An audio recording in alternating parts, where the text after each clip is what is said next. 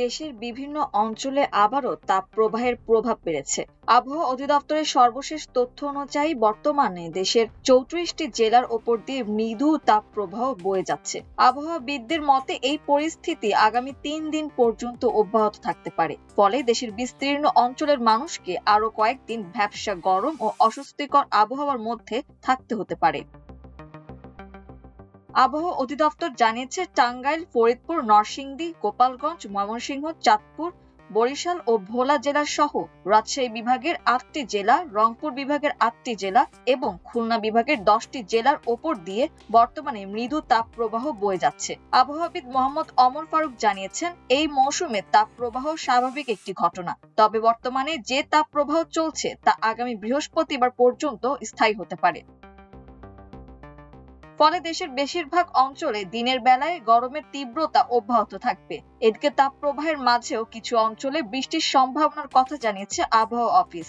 বিশেষ করে চট্টগ্রাম ও সিলেট বিভাগের বেশ কিছু এলাকায় অস্থায়ীভাবে দমকা অথবা ঝড়ো হাওয়ার সঙ্গে হালকা থেকে মাঝারি ধরনের বৃষ্টি কিংবা বজ্রসহ বৃষ্টি হতে পারে।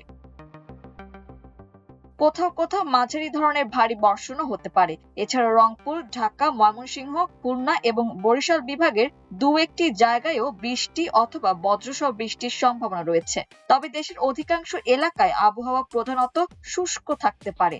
আকাশে আংশিক মেঘ থাকলেও গরমের অনুভূতি খুব একটা কমবে না বলে ধারণা করা হচ্ছে। রাজধানী ঢাকা সহ আশপাশের এলাকাগুলোতে সকাল থেকেই মেঘ আর রোদের লুকোচুরি দেখা গেছে। ভ্যাপসা গরমে নাকাল হয়েছেন পথচারী, শ্রমজীবী মানুষ এবং অফিসগামী কর্মজীবীরা। দুপুরের দিকে কোথাও কোথাও স্বল্প সময়ের জন্য বৃষ্টি হলেও গরমের তীব্রতা উল্লেখযোগ্যভাবে কমেনি। আবহাওয়া অধিদপ্তরের তথ্য অনুযায়ী গত 24 ঘন্টায় দেশের সর্বোচ্চ তাপমাত্রা রেকর্ড করা হয়েছে নীলফামারী সৈয়দপুরে, যেখানে তাপমাত্রা ছিল 37.5 ডিগ্রি সেলসিয়াস। অন্যদিকে দেশের সর্বনিম্ন তাপমাত্রা রেকর্ড করা হয়েছে নরসিংদীতে 21.5 ডিগ্রি সেলসিয়াস। একই সময়ে সবচেয়ে বেশি বৃষ্টিপাত হয়েছে কুতুবদিয়ায়, সেখানে 24 ঘন্টায় 36 মিলিমিটার বৃষ্টিপাত রেকর্ড করা হয়েছে।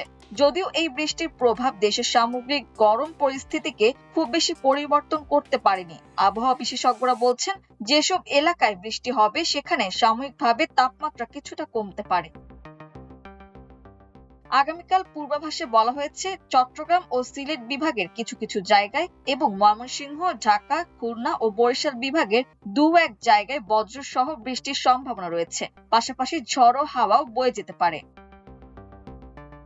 মাল্টিমিডিয়া ডেস্ক, আমার দেশ।